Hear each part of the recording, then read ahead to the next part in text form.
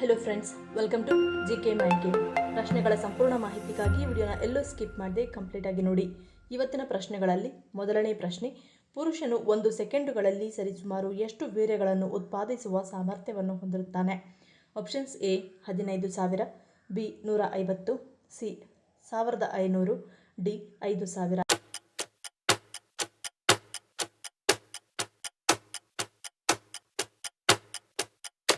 ಸರಿಯಾದ ಉತ್ತರ option C 1500. ವೀರ್ಯಾಣು ಉತ್ಪತ್ತಿಯ ಆದರ್ಶ ಚಕ್ರವು ಸುಮಾರು 64 ದಿನಗಳನ್ನು ತೆಗೆದುಕೊಳ್ಳುತ್ತದೆ. ಇದು ವೀರ್ಯ ಪುನರುತ್ಪಾದನೆಯ ಚಕ್ರವಾಗಿದ್ದು, ಇದರಲ್ಲಿ ವೀರ್ಯದ ಉತ್ಪಾದನೆ ಮತ್ತು ಪಕ್ವತೆ ಎರಡೂ ನಡೆಯುತ್ತದೆ. ಆದರ್ಶಪ್ರಾಯವಾಗಿ ಪುರುಷನು ಒಂದೇ ಸೆಕೆಂಡಿನಲ್ಲಿ 1500 ವೀರ್ಯಗಳನ್ನು ಉತ್ಪಾದಿಸುತ್ತಾನೆ. 1 ಮಿಲಿಲೀಟರ್ ವೀರ್ಯಸ್ಖಲನದ ಸಮಯದಲ್ಲಿ ಸರಿಸುಮಾರು 200 ಮಿಲಿಯನ್ ವೀರ್ಯ ಬಿಡುಗಡೆಯಾಗುತ್ತದೆ. ಗರ್ಭಧಾರಣೆಗಾಗಿ ಸಾಕಷ್ಟು ಪ್ರಮಾಣದ ವೀರ್ಯವನ್ನು ಸಂಗ್ರಹಿಸಿರುತ್ತವೆ. ಎರಡನೇ ಪ್ರಶ್ನೆ, ಗಮನವನ್ನು ತೀಕ್ಷ್ಣಗೊಳಿಸಲು ಮತ್ತು ಮೆದುಳಿನ ದಕ್ಷತೆಯನ್ನು ಸುಧಾರಿಸಲು ನೆರವಾಗುವ ಹೂವು ಯಾವುದು? ಆಪ್ಷನ್ಸ್ ಎ ದಾಸವಾಳ, ಬಿ ಶಂಖಪುಷ್ಪ, ಸಿ ಗುಲಾಬಿ, ಡಿ ಲ್ಯಾವೆಂಡರ್.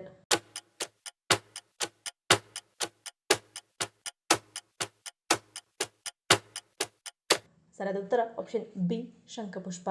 ಶಂಖಪುಷ್ಪ ಅಥವಾ ಅಪರಾಜಿತದ ಅತ್ಯಂತ ಪ್ರಸಿದ್ಧ ಪ್ರಯೋಜನವೆಂದರೆ ಅರಿವಿನ ಕಾರ್ಯವನ್ನು ಹೆಚ್ಚಿಸುವ ಸಾಮರ್ಥ್ಯ. ಹೂವಿನಲ್ಲಿರುವ ಫ್ಲೇವನಾಯ್ಡ್ಗಳು ನರರಕ್ಷಣಾತ್ಮಕ ಗುಣಗಳನ್ನು ಹೊಂದಿದ್ದು, ಅದು ಸ್ಮರಣ ಶಕ್ತಿ, ಏಕಾಗ್ರತೆ ಮತ್ತು ಕಲಿಕಾ ಸಾಮರ್ಥ್ಯವನ್ನು ಸುಧಾರಿಸುತ್ತದೆ. ವಿದ್ಯಾರ್ಥಿಗಳು, ವೃತ್ತಿಪರರು ಅಥವಾ ಮಾನಸಿಕ ಆಯಾಸವನ್ನು ಅನುಭವಿಸುತ್ತಿರುವವರು ಯಾರಿಗಾದರೂ ಶಂಖಪುಷ್ಪವನ್ನು ಆಹಾರದಲ್ಲಿ ಸೇರಿಸಿಕೊಳ್ಳುವುದರಿಂದ ಗಮನವನ್ನು ತೀಕ್ಷ್ಣಗೊಳಿಸಲು ಮತ್ತು ಮೆದುಳಿನ ದಕ್ಷತೆಯನ್ನು ಸುಧಾರಿಸಲು ಸಹಾಯ ಮಾಡುತ್ತದೆ. ಮೂರನೇ ಪ್ರಶ್ನೆ, ಯಾವ ದೇಶವನ್ನು ಏಷ್ಯಾದ ಹಸಿರು ಮಣಿ ಎಂದು ಕರೆಯಲಾಗುತ್ತದೆ? Options A Bharat, B Sri Lanka, C Thailand, D Switzerland.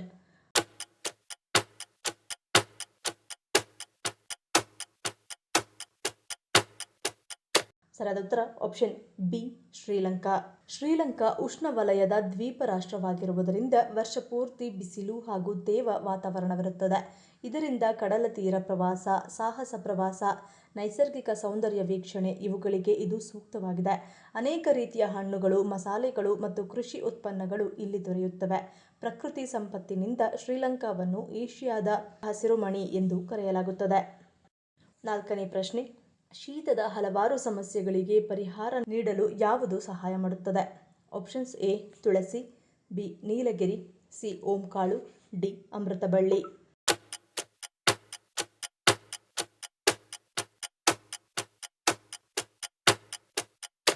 ಸರಿಯಾದ ಉತ್ತರ ಆಪ್ಷನ್ ಸಿ ಓಂಕಾಳು. ಓಂಕಾಳು ಅನೇಕ ಔಷಧೀಯ ಗುಣಗಳನ್ನು ಹೊಂದಿದೆ. ಇದನ್ನು ಬಳಸುವುದರಿಂದ ಮೂಗು ಮತ್ತು ಗಂಟಲನ್ನು ತೆರವುಗೊಳಿಸಲು, ಕಫವನ್ನು ಹೊರಹಾಕಲು, ತಲೆನೋವನ್ನು ನಿವಾರಿಸಲು, ಸೈನಸ್ ಒತ್ತಡವನ್ನು ನಿವಾರಿಸಲು, ಗಂಟಲು ಅಥವಾ ಮೂಗಿನ ಬ್ಯಾಕ್ಟೀರಿಯಾದ ಸೋಂಕನ್ನು ಕಡಿಮೆ ಮಾಡಲು, ಉಸಿರಾಟದ ಸಮಸ್ಯೆಗಳಿಗೆ ಚಿಕಿತ್ಸೆ ನೀಡಲು, ಉಷ್ಣತೆಯನ್ನು ಒದಗಿಸಲು ಮತ್ತು ಶೀತಗಳಿಂದ ಪರಿಹಾರವನ್ನು ಪಡೆಯಲು ಸಹಾಯ ಮಾಡುತ್ತದೆ. ಐದನೇ ಪ್ರಶ್ನೆ, ಭಾರತದ ಬ್ರೆಡ್ ಬ್ಯಾಸ್ಕೆಟ್ ಎಂದು ಯಾವ ರಾಜ್ಯವನ್ನು ಕರೆಯುತ್ತಾರೆ? Options A Haryana, B Punjab, C Rajasthan, D Odisha.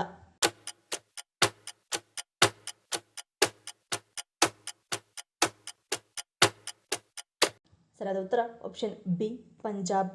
Punjab ರಾಜ್ಯವು ಭಾರತದ ಬ್ರೆಡ್ ಬ್ಯಾಸ್ಕೆಟ್ ಎಂದು ಕರೆಯಲ್ಪಡುತ್ತದೆ, ಏಕೆಂದರೆ ಇದು ಭಾರತದ ಆಹಾರ ಪೂರೈಕೆಯ ಬೆನ್ನೆಲುಬಾಗಿರುವ 2 ಅಗತ್ಯ ಆಹಾರ ಪದಾರ್ಥಗಳಾದ ಗೋಧಿ ಮತ್ತು ಅಕ್ಕಿಯನ್ನು ಉತ್ಪಾದಿಸುವ ದೇಶದ ಅತಿದೊಡ್ಡ ಉತ್ಪಾದಕರಲ್ಲಿ ಒಂದಾಗಿದೆ. ಫಲವತ್ತಾದ ಮೆಕ್ಕಲು ಮಣ್ಣು, ನದಿಗಳಿಂದ ಹೇರಳವಾದ ನೀರಾವರಿ ಮತ್ತು ಆಧುನಿಕ ಕೃಷಿ ಪದ್ಧತಿಗಳೊಂದಿಗೆ ಪಂಜಾಬ್ ದೇಶದ ಆಹಾರ ಭದ್ರತೆಯನ್ನು ಕಾಪಾಡಿಕೊಳ್ಳುವಲ್ಲಿ ನಿರ್ಣಾಯಕ ಪಾತ್ರವನ್ನು ವಹಿಸುತ್ತದೆ. ಆರನೇ ಪ್ರಶ್ನೆ, ಮನೆಯಲ್ಲಿ ವಾಸ್ತು ದೋಷವನ್ನು ಸೂಚಿಸುವುದು ಯಾವುದು?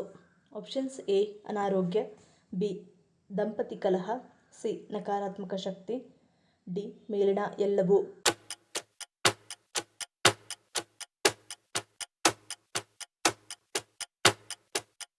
ಸರಿಯಾದ ಉತ್ತರ ಆಪ್ಷನ್ ಡಿ ಮೇಲಿನ ಎಲ್ಲವೂ. ಮನೆಯಲ್ಲಿ ವಾಸ್ತು ದೋಷವಿದ್ದರೆ ಆರೋಗ್ಯ ಸಮಸ್ಯೆಗಳು, ಮಾನಸಿಕ ಒತ್ತಡ, ಸಂಬಂಧದ ಸಮಸ್ಯೆಗಳು, ಹಣಕ್ಕೆ ಸಂಬಂಧಿಸಿದ ಸಮಸ್ಯೆಗಳು ಮುಂತಾದ ಅನೇಕ ಸಮಸ್ಯೆಗಳು ಜೀವನದಲ್ಲಿ ಉಂಟಾಗುತ್ತವೆ. ಮುಖ್ಯವಾಗಿ ಮನೆಯಲ್ಲಿ ಆಗಾಗ್ಗೆ ಸಣ್ಣ ಜಗಳಗಳು, ಒತ್ತಡ ಅಥವಾ ಭಿನ್ನಾಭಿಪ್ರಾಯಗಳು ಇದ್ದಲ್ಲಿ ಅದು ವಾಸ್ತು ದೋಷದ ಸಂಕೇತವಾಗಿರಬಹುದು. ಮನೆಯ ಸರಿಯಾದ ದಿಕ್ಕು ಮತ್ತು ಕೋಣೆಗಳ ಸ್ಥಳವು ಕುಟುಂಬ ಸಂಬಂಧಗಳ ಮೇಲೆ ಪರಿಣಾಮ ಬೀರುತ್ತದೆ. ವಿಶೇಷವಾಗಿ ವಾಸದ ಕೋಣೆ ಮತ್ತು ಮಲಗುವ ಕೋಣೆಯಲ್ಲಿ ನಕಾರಾತ್ಮಕತೆಯು ಸಂಬಂಧಗಳಲ್ಲಿ ಕಿರಿಕಿರಿಯನ್ನು ಹೆಚ್ಚಿಸುತ್ತದೆ.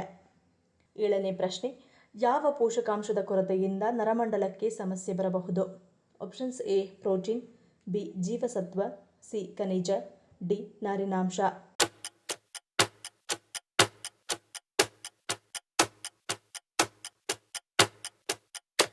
ಸರಿಯಾದ ಉತ್ತರ ಆಪ್ಷನ್ ಬಿ ಜೀವಸತ್ವ.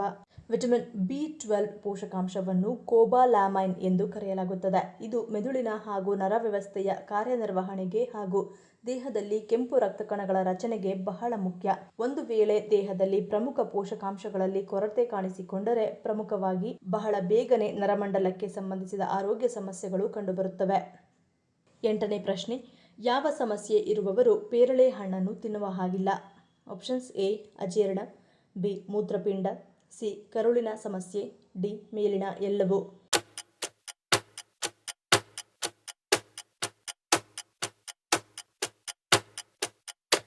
ಸರಿಯಾದ ಉತ್ತರ ಆಪ್ಷನ್ ಡಿ ಮೇಲಿನ ಎಲ್ಲವೂ. ಮೂತ್ರಪಿಂಡದ ಸಮಸ್ಯೆ ಇರುವವರು ಇದನ್ನು ತಿನ್ನುವುದನ್ನು ನಿಲ್ಲಿಸಬೇಕು, ಏಕೆಂದರೆ ಪೇರಳದಲ್ಲಿ ಪೊಟ್ಯಾಷಿಯಂ ಅಧಿಕವಾಗಿರುತ್ತದೆ. ಇದು ಆರೋಗ್ಯವಂತ ಜನರಿಗೆ ಒಳ್ಳೆಯದು, ಆದರೆ ದುರ್ಬಲ ಮೂತ್ರಪಿಂಡದ ಕಾರ್ಯವನ್ನು ಹೊಂದಿರುವವರಿಗೆ ಇದು ಹೆಚ್ಚುವರಿ ಹೊರೆಯಾಗಬಹುದು.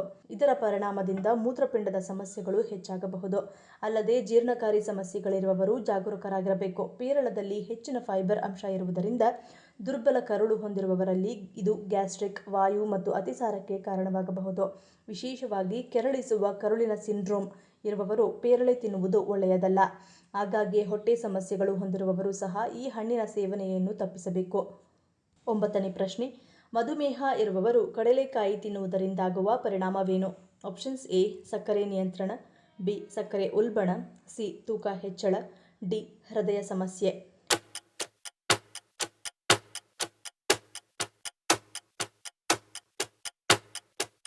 ಸರಿಯಾದ ಉತ್ತರ ಆಪ್ಷನ್ ಎ ಸಕ್ಕರೆ ನಿಯಂತ್ರಣ. ಕಡಲೆಕಾಯಿಯನ್ನು ಮಧುಮೇಹ ರೋಗಿಗಳು ಸೇವಿಸಲು ಸುರಕ್ಷಿತವೆಂದು ಪರಿಗಣಿಸಲಾಗಿದೆ, ಏಕೆಂದರೆ ಇದು ಕಡಿಮೆ ಗ್ಲೈಸೆಮಿಕ್ ಇಂಡೆಕ್ಸ್, ಗ್ಲೈಸೆಮಿಕ್ ಲೋಡ್ ಪೋಷಕಾಂಶಗಳಲ್ಲಿ ಸಮೃದ್ಧವಾಗಿದೆ.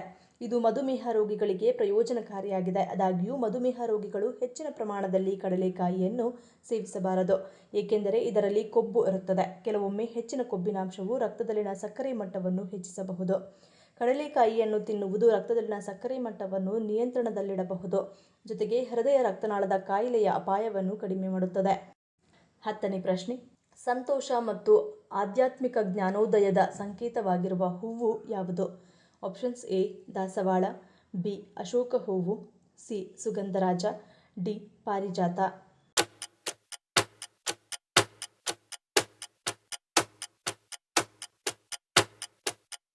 ಸರಿಯಾದ ಉತ್ತರ ಆಪ್ಷನ್ ಬಿ ಅಶೋಕ ಹೂವು. ಭಗವದ್ಗೀತೆ ಪ್ರಕಾರ ಈ ಅಶೋಕ ಹೂವು ಸಂತೋಷ ಮತ್ತು ಆಧ್ಯಾತ್ಮಿಕ ಜ್ಞಾನೋದಯದ ಸಂಕೇತವಾಗಿದೆ. ಅಶೋಕ ಹೂವು ಶಾಶ್ವತ ಆನಂದ ಮತ್ತು ಪ್ರಶಾಂತತೆಯನ್ನು ಸಾಧಿಸಲು ನಿರ್ಲಿಪ್ತತೆಯ ಮೂಲಕ ಆಂತರಿಕ ಯಾತನೆ ಮತ್ತು ದುಃಖವನ್ನು ನಿವಾರಿಸುವ ಬಗ್ಗೆ ಗೀತೆಯ ಪಾಠಗಳನ್ನು ಸಾಕಾರಗೊಳಿಸುತ್ತದೆ. 11ನೇ ಪ್ರಶ್ನೆ, ಭಾರತದಲ್ಲಿ ವಾಲ್ನಟ್ಗಳನ್ನು ಉತ್ಪಾದಿಸುವ ಯಾವುದು? Options A Jammu Kashmir, B Uttarakhand, C Himachal Pradesh, D ಮೇಲಿನ ಎಲ್ಲವೂ.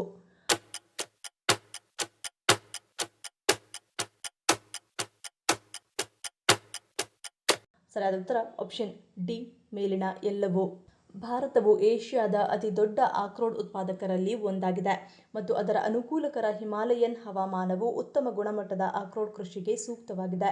ಭಾರತದ ಹೆಚ್ಚಿನ ಆಕ್ರೋಟ್ ಉತ್ಪಾದನೆಯು ಉತ್ತರದ ಬೆಟ್ಟದ ರಾಜ್ಯಗಳಲ್ಲಿ, ವಿಶೇಷವಾಗಿ ಜಮ್ಮು ಮತ್ತು ಕಾಶ್ಮೀರದಲ್ಲಿ ಕೇಂದ್ರೀಕೃತವಾಗಿದೆ. ಇದರೊಟ್ಟಿಗೆ ಉತ್ತರಾಖಂಡ್, ಹಿಮಾಚಲ್ ಪ್ರದೇಶ್, ಅರುಣಾಚಲ್ ಪ್ರದೇಶ್ ಮತ್ತು ಲಡಾಖ್ನಲ್ಲಿಯೂ ಹೆಚ್ಚಿನ ಪ್ರಮಾಣದಲ್ಲಿ ಆಕ್ರೋಟ್ಗಳನ್ನು ಉತ್ಪಾದಿಸಲಾಗುತ್ತದೆ. ಈ ಪ್ರಶ್ನೆಗಳಲ್ಲಿ ನೀವು ಎಷ್ಟು ಪ್ರಶ್ನೆಗಳಿಗೆ ಸರಿ ಉತ್ತರವನ್ನು ಕೊಟ್ಟರಿ ಅನ್ನೋದನ್ನು ಕಮೆಂಟ್ ಮಾಡಿ ತಿಳಿಸಿ. ಈ ವಿಡಿಯೋ ನಿಮಗೆ ಇಷ್ಟ ಆಗಿದ್ರೆ ಮರೀದೇ ಲೈಕ್ ಮಾಡಿ, ಶೇರ್ ಮಾಡಿ, ಸಬ್ಸ್ಕ್ರೈಬ್ ಮಾಡಿ. ನನ್ನ ಚಾನಲ್ನ ಇನ್ನೂ ಸಬ್ಸ್ಕ್ರೈಬ್ ಮಾಡಿದೆ ಹಾಗೆ ವಿಡಿಯೋಸ್ ನೋಡ್ತಿದ್ರೆ ಪ್ಲೀಸ್ ಸಬ್ಸ್ಕ್ರೈಬ್ ಮಾಡಿ, ಸಪೋರ್ಟ್ ಮಾಡಿ. ಮತ್ತೊಂದು ಇಂಟ್ರೆಸ್ಟಿಂಗ್ ವಿಡಿಯೋದೊಂದಿಗೆ ಸಿಗ್ತೀನಿ. Until love you all, take care.